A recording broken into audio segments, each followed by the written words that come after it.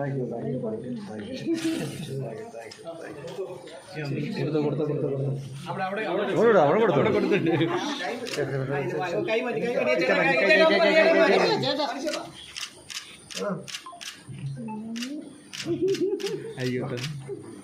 അത് മുഴുങ്ങുന്നത് അങ്ങനെ കൊടുക്കണ്ടേ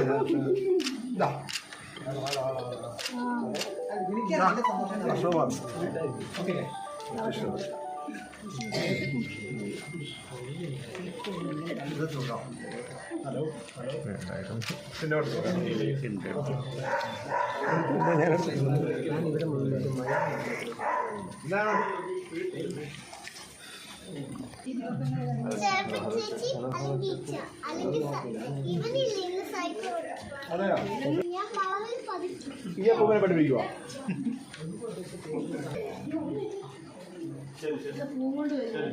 എടുത്താലോ റെഡി അല്ലേ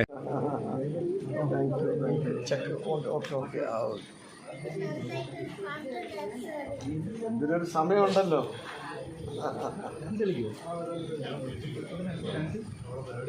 ആ ഓ അതിനുണ്ടോ അവാർഡ് അതെ ഓ ശരിയാ ഞാൻ കൃത്യമൊന്നും അറിഞ്ഞില്ല ഞാൻ യാത്രയിലാണ് അപ്പൊ എന്നെ ആരോ വിളിച്ചു പറഞ്ഞപ്പോഴാണ് ഞാൻ അറിഞ്ഞത് ബാക്കി അവാർഡൊന്നും ഞാൻ അറിഞ്ഞില്ല സന്തോഷം പിന്നെ ആദ്യമായിട്ടുള്ളൊരു നാഷണൽ അവാർഡ് കിട്ടുന്നത് പിന്നെ ഒരു നമ്മുടെ രാജ്യത്തിന്റെ ഒരു അംഗീകാരം എന്ന് പറയുന്നത് വലിയ അംഗീകാരമാണ് പിന്നെ ഇപ്പൊ ഇത്രയും വർഷവും സിനിമയിൽ ഇങ്ങനെ നിൽക്കാൻ പറ്റി എന്നുള്ളതാണ് ഏറ്റവും വലിയ ഭാഗ്യം അത് ഞാൻ മറ്റ് പ്രൊഫഷനൊന്നും പോയിട്ടില്ല എൻ്റെ പ്രൊഫഷനാണ് എൻ്റെ എല്ലാം ഈ പറഞ്ഞ അഭിനയമാണ്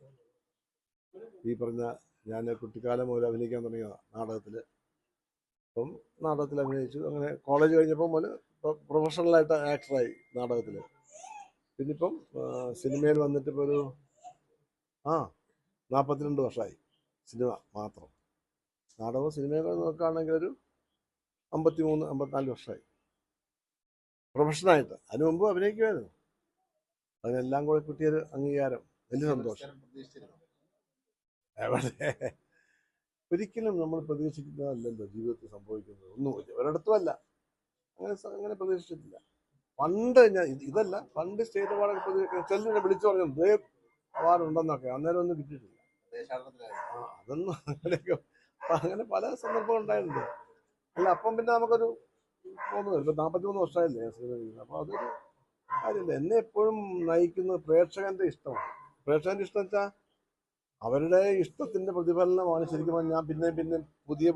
കഥാപാത്രങ്ങൾ ചെയ്യാൻ എന്നെ പ്രേരിപ്പിക്കുന്നതും അല്ലെ കുറച്ചും മടുത്തു പോകില്ലേ ഈ 43 വർഷം കണ്ടോണ്ടിരിക്കുമോ ആരെങ്കിലും അംഗീകാരങ്ങൾ എപ്പോഴും കിട്ടുന്ന അന്നാണ് അതാത് സമയത്ത് കിട്ടുന്ന ഞാൻ വിശ്വസിക്കുന്നത് അല്ലാതെ ഇത് വൈകുന്ന എനിക്ക് വിശ്വാസമില്ല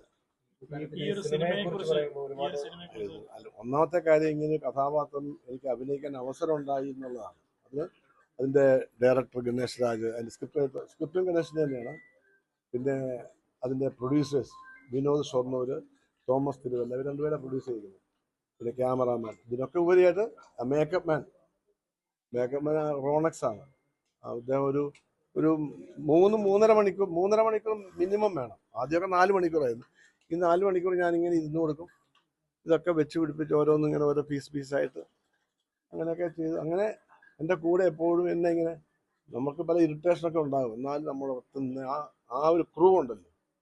അവർക്കും എല്ലാവർക്കും കൂടെ അവകാശപ്പെട്ടതാണ് ശരിക്കും പറഞ്ഞാൽ ഈ അംഗീകാരം ഇപ്പൊ കണ്ടില്ല മൊട്ടായി അത്രേ ഉള്ളൂ കൂടുതലൊന്നും ഇല്ല നാളെ ഷൂട്ടിംഗ് ഉണ്ട് നാളെ പോകും ഇങ്ങനെ ഒരുപാട് ലിസ്റ്റ് പല എടുക്കാൻ പറ്റിയില്ല ഇടയ്ക്ക് ഇങ്ങനെ കോള് വന്നുകൊണ്ടിരിക്കുന്നുണ്ട് സന്തോഷം ഇങ്ങനെ വലിയ കാര്യമല്ല